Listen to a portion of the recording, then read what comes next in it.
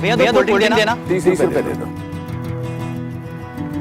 पर एमआरपी के हिसाब से तो सिर्फ 24 रुपए हुए। एमआरपी छोड़ो, ठंडा करने के लिए बर्फ तो लगता है, पर आप एमआरपी से ज्यादा नहीं ले सकते, ये गलत है। जी हाँ, एमआरपी जानना हर ग्राहक का हक है। अगर कोई दुकानदार एमआरपी से अधिक डिमांड करे तो उसके खिलाफ अपने राज्य के विधिक माप विज्ञान विभाग में शिकायत करें। आप नेशनल कंज्यूमर हेल्पलाइन की मदद ले सकते हैं।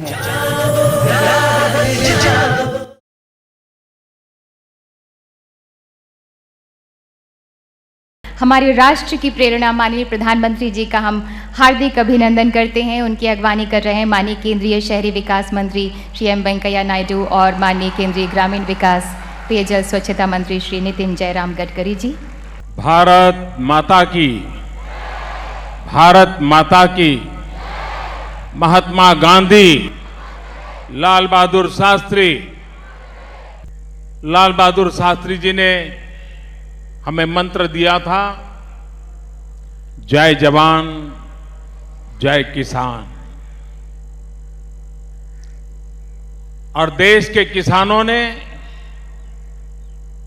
उस एक आह्वान पर हिंदुस्तान के अन्न के भंडार भर दिए थे।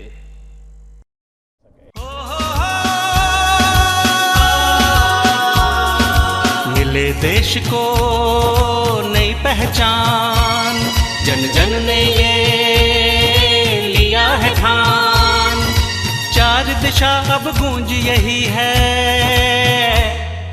स्वच्छ भारत अभियान, स्वच्छ भारत अभियान। People's Rural Education Movement, PRAME, a non-government organization active in rural development in different parts of Odisha during the past 3 decades. Over 100 Saura villages in Gajapati district.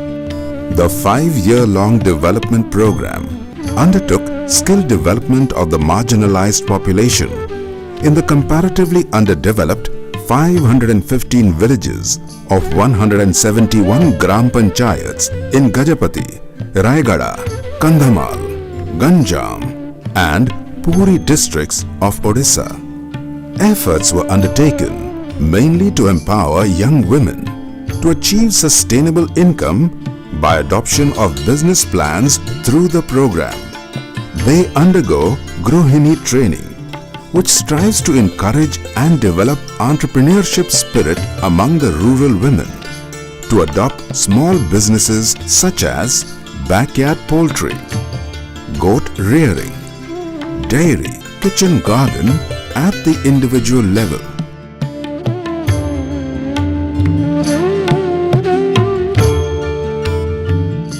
Locally available agricultural activists encourage the villagers to cultivate vegetables using organic methods.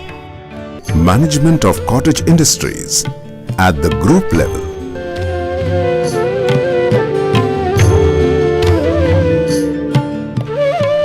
Such entrepreneurs are motivated to act as change agents to create a clean environment. Godang Garjang has been developed into a model village.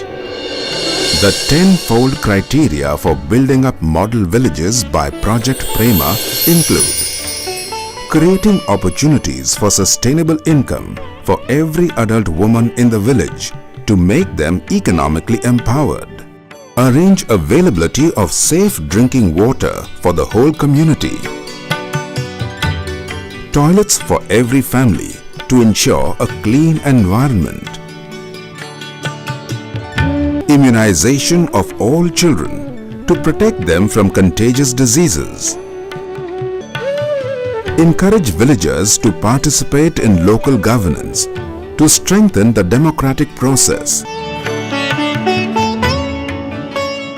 Economic empowerment of the women is the key component in scaling Project Prema model villages.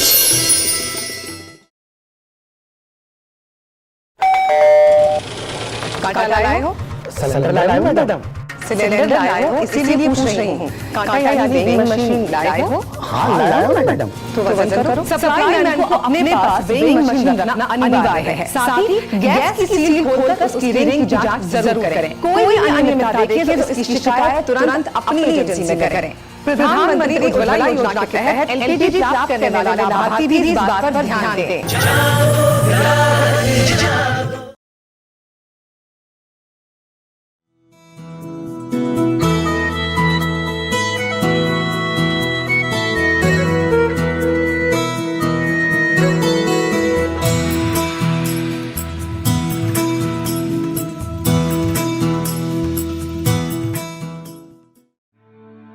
Bharat एक बहुभाषी देश है। यहाँ कई तरह की भाषाएं और बोलियां बोली जाती हैं, पर हिंदी एक वह भाषा है जो सभी को एक सूत्र में बांधती है। महात्मा गांधी जी कहा करते थे, भारत की एकता एवं आपसी संबंधों को बनाए रखने के लिए हिंदी संजीवनी शक्ति के रूप में काम कर सकती है।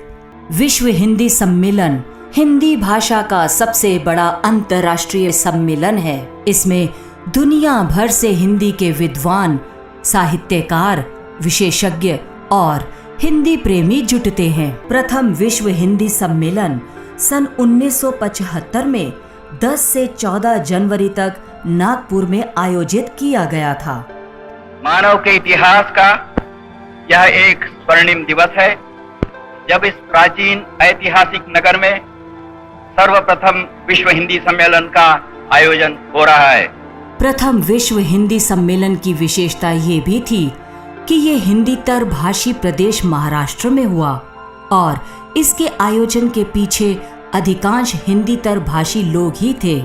हिंदी सेवी अनंत गोपाल शेवड़े, मधुकर राव चौधरी और लल्लन प्रसाद व्यास के अथक प्रयासों से प्रथम विश्व हिंदी सम्मेलन का आयोजन किया गया। मधुकर राव चौधरी जी का कहना था कि हिंदी भाषा के माध्यम से ही भारत को एकता के सूत्र में बांधना संभव होगा। प्रख्यात विद्वान डॉक्टर कर्ण सिंह ने विश्व हिंदी सम्मेलन की राष्ट्रीय समिति की ओर से अतिथियों का आभार प्रकट करते हुए कहा था, हिंदी जो भारत में जन्मी, पली और पनपी मात्र भारतीय भाषा नहीं, अंतर्राष्ट्रीय भाषा भी है। इस तथ्य की पुष्टि आज यहाँ हो रही है।